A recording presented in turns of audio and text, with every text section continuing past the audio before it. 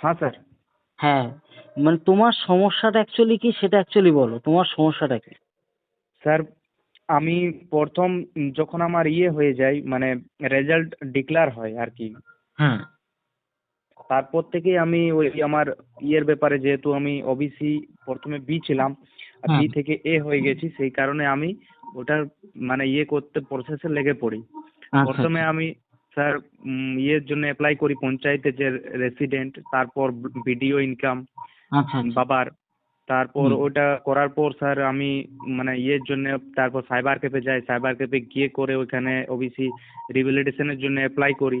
Apply আচ্ছা আচ্ছা। করার পর স্যার আমার ওই কাগজটি চলে যায় এসডিও অফিসে। এসডিও অফিস থেকে আমার কল আসে যে স্যার আমাকে বলে যে আপনার বাবার নামটাতে, মানে হুম। আমার অ্যাডমিটটাতে আছে বাবার নাম বিমল চন্দ্র মাঝি, আর আচ্ছা অন্যান্যগুলোতে আছে বিমল মাঝি।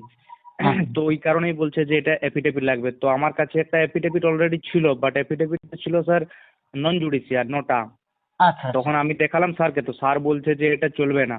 তখন আমি আবার তারপর সরস্বতী পূজা চলে এলো, সরস্বতী পূজার আবার ছুটি, সরস্বতী আচ্ছা পূজার ছুটির তারপর ওই কাগজটি ওই এসডিও থেকে বিডিওতে করে দিয়েছে, মানে পাঠিয়ে দিয়েছে। আচ্ছা তারপর আমার ছুটির পর সেই আমি কোর্ট গেলাম, কোর্টে গিয়ে আবার মোটামুটি 3 দিন মতন লাগলো ওই করতে, ওই এফিডেভিট করতে। এফিডেভিট আচ্ছা করার পর স্যার আবার ব্লকে শুক্রবার আর মঙ্গলবার এই দুদিন ছাড়া অন্য কোনো দিন মানে করে না। আচ্ছা। তো হ্যাঁ, তো সেই সময় আমি তারপর আবার গেলাম, গিয়ে করে বললাম, জিজ্ঞেস করলাম যে স্যার আমার এসডিও থেকে কাগজটি এসেছে কি এসে নেই। তো আচ্ছা তারপর বলছে ঠিক আছে, তুমি তোমার নাম্বারটা দিয়ে রাখো, অ্যাকনোলেজমেন্টটা আমরা আমরা দেখবো। তারপর আচ্ছা বলি ঠিক আছে। আর এরকম করে মোটামুটি 2 দিন চলে যায়, কিন্তু কোনো রেসপন্স আসে না। তখন আমি আবার চলে যাই স্যার আচ্ছা জিজ্ঞেস করতে যে কি আমার এসেছে কি আসে নাই। তারপর ওদের ঠিক আছে বলছে দেখবো, এরকম করেও মানে কোনো রেসপন্স নেই। তারপর আমি আবার একদিন আমার দাদাকে নিয়ে চলে যাই। হুম তারপর সেই দিনে ওইখানে একটু মানে আর কি বলা হয় বেশি করে, জোর করে, যে হুম এরকম না হলে কি সমস্যায় তো হয়ে যাবে। তখন আর কি ওখানে আমাদের ইয়েটা মানে এফিডেভিটটা আমরা ওখানে দেখা হয়, যে খোঁজ করে যে হুম আর হুম। কাগজটা এসেছে, তারপর আমরা এফিডেভিটটা জমা করে দিই ওখানে। এফিডেভিটটা জমা করার পর স্যার ওইটা মোটামুটি জমা করার কি 2-1 দিন পর ওই কাগজটা জমা হয় ওই এসডিও অফিসে উম, গিয়ে 9 তারিখে। আর আচ্ছা আমার আচ্ছা। ইন্টারভিউ ছিল দশ হুম তারিখে হুম তো হুম। কাগজটা পৌঁছে ওখানে 9 তারিখে, কিন্তু স্যার কাগজটা ছিল উপরের ফ্লোরে। আর যে ওই অফিসারগুলো এসডি অফিসের ওইখানে মানে হার্ড কপিটা করে অ্যাকসেপ্ট করে, সেটা ওই দিনে কিন্তু করতে পারে না। তো আচ্ছা উপরের ফ্লোরেই ছিল, তা কাগজটা ওরা অ্যাকসেপ্ট করতে পারে না স্যারেরা। আচ্ছা। তারপর স্যার আমি ইন্টারভিউ তো আমার হয়ে গেল। তোমার আর ইন্টারভিউটা তখন আমি দশ যখন তারিখে 10 তারিখে হয়েছে? হ্যাঁ, ইন্টারভিউ আমার 10 তারিখে হয়ে গেল। আমি ওই আচ্ছা। সময় ফোনও করেছিলাম হুম এসডি আমার একটা ভাইকে, যে ও পুরুলিয়াতে ছিল, তো পুরুলিয়াতে গিয়ে করে বললো যে এসডি অফিসে কাগজ দিয়েছে কি নাই। তো স্যারেরা বলছে আমরা তো কোনো হার্ড কপি পাইনি, রিসিভ করিনি। তো আচ্ছা যেহেতু কাগজটা ছিল সেটা উপরের ফ্লোরে, আর ওই স্টাফগুলা কর্মচারীগুলো ওরা নিচের ফ্লোরে থাকে, তো বলছে আমরা কোনো পাইনি, মানে ওই নামে কোনো আসেনি। আচ্ছা আচ্ছা। তারপর আমি ব্লক কল করলাম, ব্লকে ওখানেও বলছে যে না আমরা তো বলছে পাঠিয়ে দিয়েছি। তখন আবার আচ্ছা সমস্যা হয়ে গেল। তখন আর আমি স্যার ওই আর আমাকে এই দিক থেকে প্রেসার দিচ্ছে যে তোমাকে একটার মধ্যে বলছে করতে হবে, আমাদের কাছে ইন্টারভিউ বোর্ডে মানে দেখাতে হবে। বলছে তুমি যে ওবিসি এটার হুম সার্টিফিকেটটা তোমাকে শো করতে হবে একটার মধ্যে। প্রথমে বলেছিল পাঁচটা, পাঁচটা করতে, তারপরে কমিয়ে করে দিল দুটো, দুটো থেকে কমিয়ে করে দিল একটা। হুম। তো তারপর আমি বলছে না হলে বলছে কিন্তু ইন্টারভিউ দিতে পাবে না। তো আমি স্যার প্রেসারে পড়ে কি করব, তখন আমি একটা বলছে তো একটা যদি তুমি জেনারেলে দিতে চাও, মানে দিতে চাও না, তাহলে তো বলছে তুমি ইন্টারভিউ দিতে চাও তাহলে কিন্তু জেনারেলে দিতে হবে। তো মানে বলি ঠিক আছে। আমি যখন তোমার জেনারেল নাম্বার ছিল তাই তো?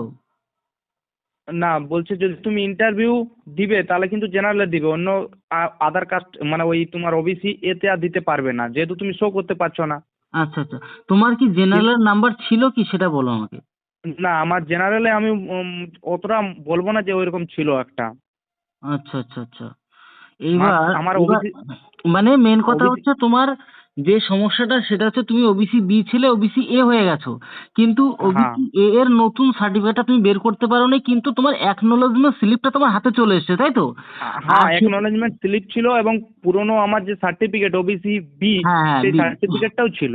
আচ্ছা, এইবার ব্যাপারটা হচ্ছে তুমি ইন্টারভিউ সেন্টারের স্যারদের কাছে গিয়ে বলেছিলে যে আমার তো নতুন ওবিসি এটা এখনো হয়ে ওঠেনি, তো হুম সেক্ষেত্রে দাঁড়িয়ে অ্যাকনোলেজমেন্ট স্লিপটা দিয়ে হবে কিনা, তারা বললো যে না, হবে না।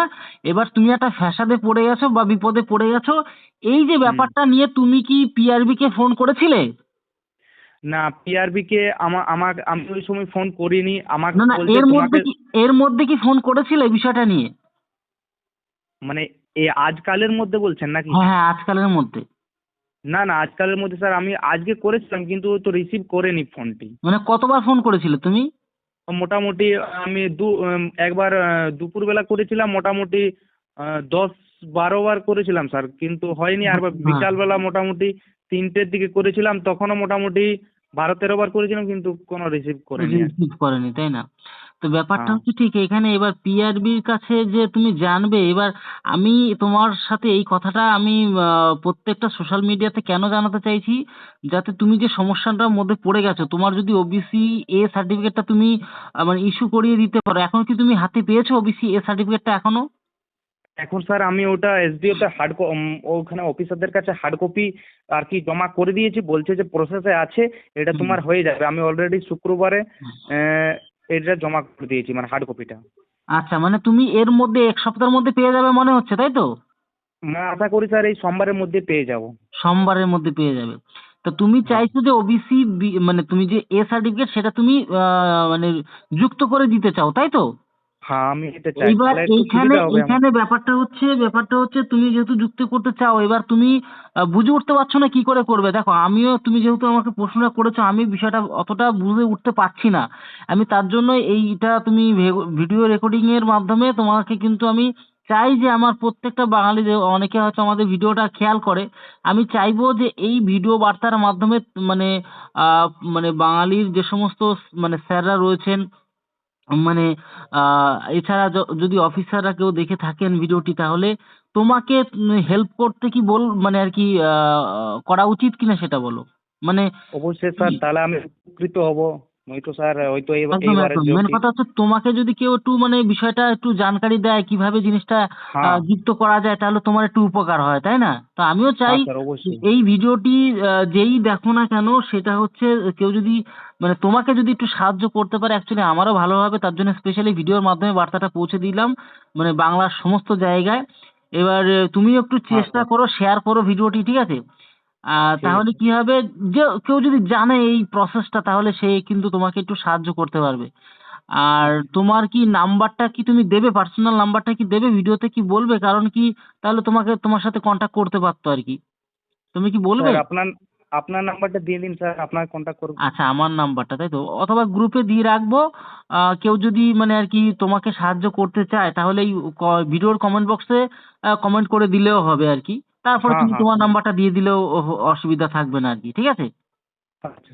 মানে তুমি একটা সমস্যার মধ্যে পড়ে গেছো, এমন একটা সমস্যা যেখানে তুমি ওবিসি বি ছিলে, ওবিসি এ হয়ে গেছো, কিন্তু সার্টিফিকেটটা এখনো হাতে উঠে আসছেনি। তাই কারণে তুমি কি করলে, 10 তারিখে ইন্টারভিউ দিলে, কিন্তু জেনারেল হিসেবে দিলে, মানে যেটা হ্যাঁ কিনা তোমার জেনারেল দিলে তুমি একটা সমস্যার মধ্যে পড়ে যাবে, হয়তো নাম্বারের কাট আপটা হয়তো ছিটকেও যেতে পারো। কিন্তু তুমি হ্যাঁ চাও যে ওবিসি বিতে দিলে তোমার একদমই ভালোভাবে চাকরিটা হয়ে যাবে।